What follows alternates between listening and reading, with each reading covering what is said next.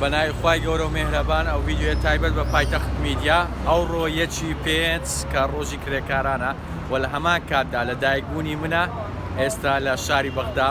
دوێنێ لە 30 دوای ئەوەی کە لە وڵاتی سعودیا گەڕامەوە و هاتم بەناو خاچی وڵاتی عێراق ڕاستەوخۆ هاتم لە بۆ شاری بەغداد و لە بۆ ماوەی چەند ڕۆژێک لێرە دەمینێمەوە و لە هەفتەی ئایندا لە ڕێگەی فڕۆکەخانەی بەغداد دەگەڕێمەوە نیشتمان و هەولێری ئەزیز و ئینشاڵڵا لە بۆ سەعاتی هەفتی ئێوارە دەگەم بە فڕۆکەخانەی هەولێر و لێرەوە دەمەوێت سوپاسی تەواوی کوردستانیان کوردان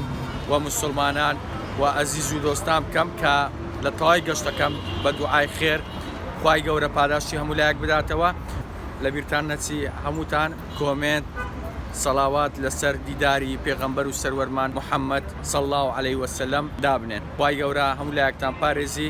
ئاوەدان نیشتمان بژی کوردستان خواتان لەگەڵ.